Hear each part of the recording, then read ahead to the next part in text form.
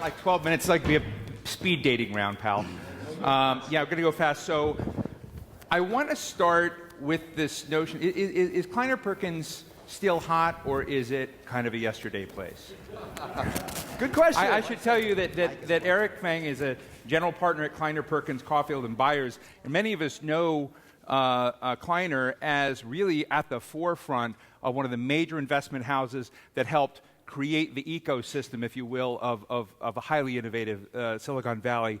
He was also CTO of Flipboard and the founding chief technology officer of Hulu. He was chief of staff to Al Gore. He's probably Al Gore's most successful protege ever. But I'm joking about that because we don't have much time. But I know that Kleiner is densely involved in this forest, and one of the things I'm always interested in is how does a place remain as edgy, creative, and have a sense of edge when it becomes so big and successful? That's a great question. So Kleiner Perkins, where I'm a partner at, was founded in 1972. It's a 43-year-old firm, about to turn 44. So it's been around the block, has a couple of gray hairs.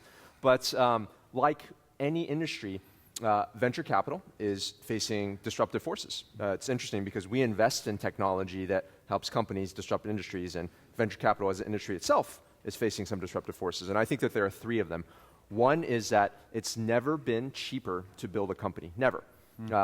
I look at three examples that I've seen or worked on firsthand. The first was I used to work at this little software company called Microsoft. And back in 2000, they launched a product called SQL Server 2000, and it was held up as a crowning achievement of innovation and execution. It took 900 people in 2 years to create SQL Server 2000. In 2007, I had the fortune of launching Hulu. We launched Hulu with 30 people in 84 days. And then in 2010, I had the fortune of meeting two young entrepreneurs that were launching this mobile app, photo sharing app. It took them 6 weeks of time with 3 people, and that app was Instagram. So you could see the innovation time and cost just plummeting, which makes it so cheap and fast to now start companies, and that makes the sort of the financing a less critical part of the mix. That's one issue. The second is that never before have there been this many sources of capital in terms of new funds, seed investors, high net worth individuals. You have more sources now to access capital. And the third that I think is incredibly interesting is this shift to mobile. This has created a brand new greenfield platform that they are not entrenched incumbents. And the so-called entrenched incumbents have been entrenched for 36 months. So they're not huge legacy, ingrained customer behavior that is so hard to unseat. So these three very disruptive forces have made starting companies completely different than what it was 10 years ago, which makes financing companies completely different than it was 10 years ago. And because of that, it's not just Kleiner that's facing this disruption, it is the entire venture capital industry that has had to reinvent itself. And our thesis at Kleiner about how we want to reinvent itself is actually go back to basics. We were founded because we wanted to help entrepreneurs be great difference makers in the world. Bet on the great people, support them throughout their careers, and that's what we're going to continue to do. We're going to stick to our basics. We're going to continue to focus on that, and we think that that still has a valuable service in this world. Where's Bob Brash? Put your hand. Bob Brash, I worked for Bob Brash 25 years ago in Los Angeles when I ran the Japan America study, so thanks for launching me. I want to mention it because 25 years ago, we did an event called Convergence, and it was around, it was the time that Sony was buying MGM Studios, Matsushita was buying MCA, people were looking at a merger of tech platforms and entertainment. We were flirting with it. Now this topic seems like a dense rainforest. And it's sort of, you got the gee whiz kind of wow element, but it also seems like there's an element of ruthlessness. You look like a nice guy, but I want to know how ruthless you are in thinking about the Darwinian pressures when you think about this, what we're talking about today, which is entertainment and content driving what's happening in the tech sector? Is tech sector driving this change? Is it nasty deep down? I am a nice guy. I just want to make that clear. I'm a nice guy. You know what? I think what's drawn a lot of innovation into this space, specifically media and tech, is the amount of change that is happening right now. So entrepreneurs, investors, we look for areas where parts of the ecosystem are changing. And any business, I think there are 4 key parts of the ecosystem. There's creation, distribution, consumption, and monetization. Everything, like these shoes. They were created, they got sent to me, I consume them by putting them on, and I got to pay for them. Like every product, there's these 4 areas of the ecosystem. Media is one of the unique industries where every part, all 4, are being completely changed by technology. Clothing. Yes, technology's dramatically influenced clothing, but you know what? I'm wearing this jacket the same way I was wearing it before the iPhone, before the internet. I just am. I'm consuming it the same way. I'm roughly paying for it the same way too. It's a one-off transaction. It's a one-to-one transaction. But in the media space, it's completely different how you create content. You can film on cell phones, for example. You can film with drones. The distribution is totally different. You have over-the-top IP delivery. Consumptions, I'm looking at it on these mobile devices. I'm looking at it on VR headsets. I'm not looking at it on traditional flat-screen TVs anymore. You think VR is the next big thing? I'll get to that in one second. Okay. Yeah. And then on monetization side, you could pay things a la carte. You can do subscription. You can do things that are ad-supported. It's just every part of the ecosystem is changing. And I think that change attracts entrepreneurs and attracts investors. And hopefully we can all be nice. We can all play nice, but I don't think that... Good luck with that. Well, is VR the next big thing? Yes. Absolutely, VR is the next big thing in 8 years. So I think that the rush to find the next great VR breakthrough now, my opinion one, is that it's misguided. It is too early. There are not enough endpoints. The technology is not developed enough, and we're getting ahead of ourselves. It's trying to launch a great mobile company in 2005. I was talking to actually the Oculus guys. So I was talking to Brendan over at Oculus, and we were just spitballing about different product things. And I was talking about, Flipboard. We were launching this new feature, and we were thinking about, whether we should put login as part of the welcome process because that causes friction. And Brendan he turned to me and he said, "Look, login is not friction. You know what friction is? Friction is trying to convince a user to put something on their face. That is friction, and that's what we deal with every day." So he does not even minimize the amount of work that has to be done to get the headsets comfortable enough, to get the technology comfortable enough to make it really, truly mainstream. So I think it is 5 to 10 years out. You said this really awesome thing I ran across the other day, and I want to set the context that while this may not be all of you, that many people look at Hollywood and the entertainment industry writ large, the content industry, as having forgotten about the story, and whatever that story might be. But it's just become different. But you said it doesn't matter whether people are marketing something or product or thinking about open regs or your secret weapon is the same, good storytelling. And so you're really into storytelling as an engineer, and I'm interested in how you've made that jump, what it means in your frame. Well, this comes back to when we were at Hulu, and I think every organization, you need to find your reason for being. You need to find why you exist and what value you can add to the ecosystem. And at Hulu, we always felt that our reason for being was to bring great technology to the media industry.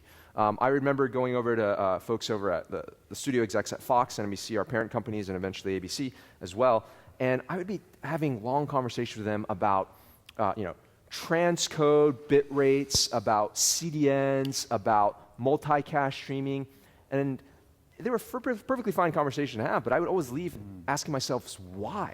Why are you spending any of your time thinking about this at all? Like, this is our reason for being.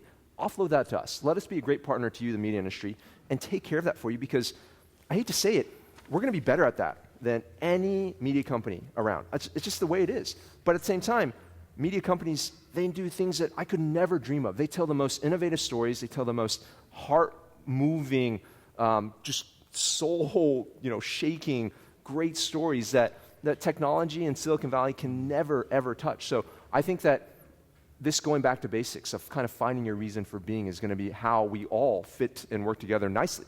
Don't work on codecs, and I'm not going to work on scripts, and we're all going to exist in a really, really positive way. I love this tweet that you sent out recently. It says, "My Uber driver said he drives exclusively on Sand Hill Road to pick up investors and learn about startups." And you write, "Even deal flow is now on demand."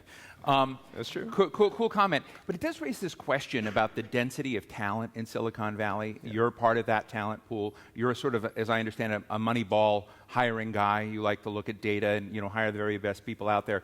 But what do you? I'd like to get your sense about talent and innovation in other parts of the country, maybe other parts of, in other areas of the world, is over time, do you think that Silicon Valley's monopoly on the tech dimensions of this, and maybe Los Angeles as well on the entertainment side, are something that's going to erode?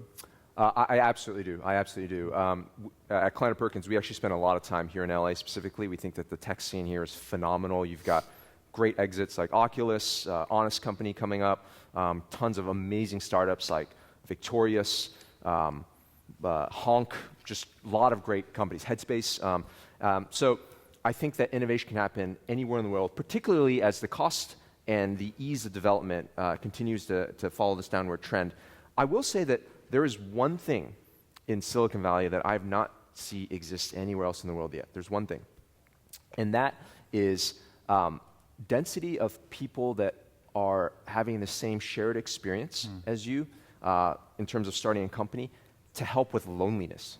Loneliness. If Silicon Valley solves anything for startups and the startup ecosystem better than any other place in the world, it's solving loneliness. I truly believe that. Startups, creating companies, it's one of the loneliest things that you could possibly do. I remember during my last startup, we spent the first 6 months inside of a rented house, like startup lore, like you should. And I walked in one day and I joked that, hey, if there's like a gas leak and we all died, how long would it take before anyone even noticed, right?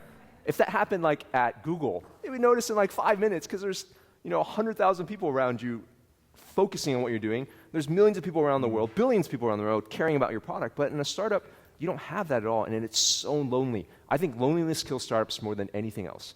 And Silicon That may Valley, very well be the most tweeted thing from today's conference. We'll see. We'll see. Let me open to the floor real quick. We've got time for a couple of questions. Real quick questions, real quick answers. Any comments? Question right? Oh, Miranda, you want to ask a question, Miranda? No. Thoughts? Questions? Otherwise, I'll go Bob Brash. Thank you for hiring me so many years ago. Thank you for hiring this guy. Yeah, he asked me to ask the question. No, he didn't.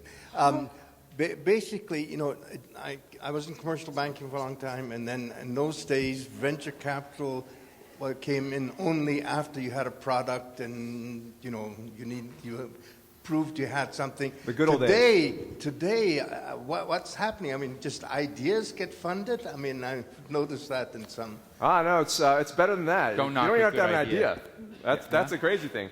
2 years ago, Y Combinator, a great incubator in the Valley, they said, "Come, no idea, just come and start a company with us. We'll fund you." So you don't even have to have an idea these days. Did that work? Well, it's early to tell, but I think that it's harder. Woe is me. I got a tough life, yes, but I think it's harder than ever to find great companies because of this. You have to move earlier and earlier into the process in order to be able to deploy capital and be a part of companies because it's so competitive. Companies can now raise, not even with an idea, but just based on a track record, based on reputation, makes it really, really hard. So more than ever, I think the guiding principle of betting on great people with just transformative ideas is so important. The very basic ethos of why venture capital was started.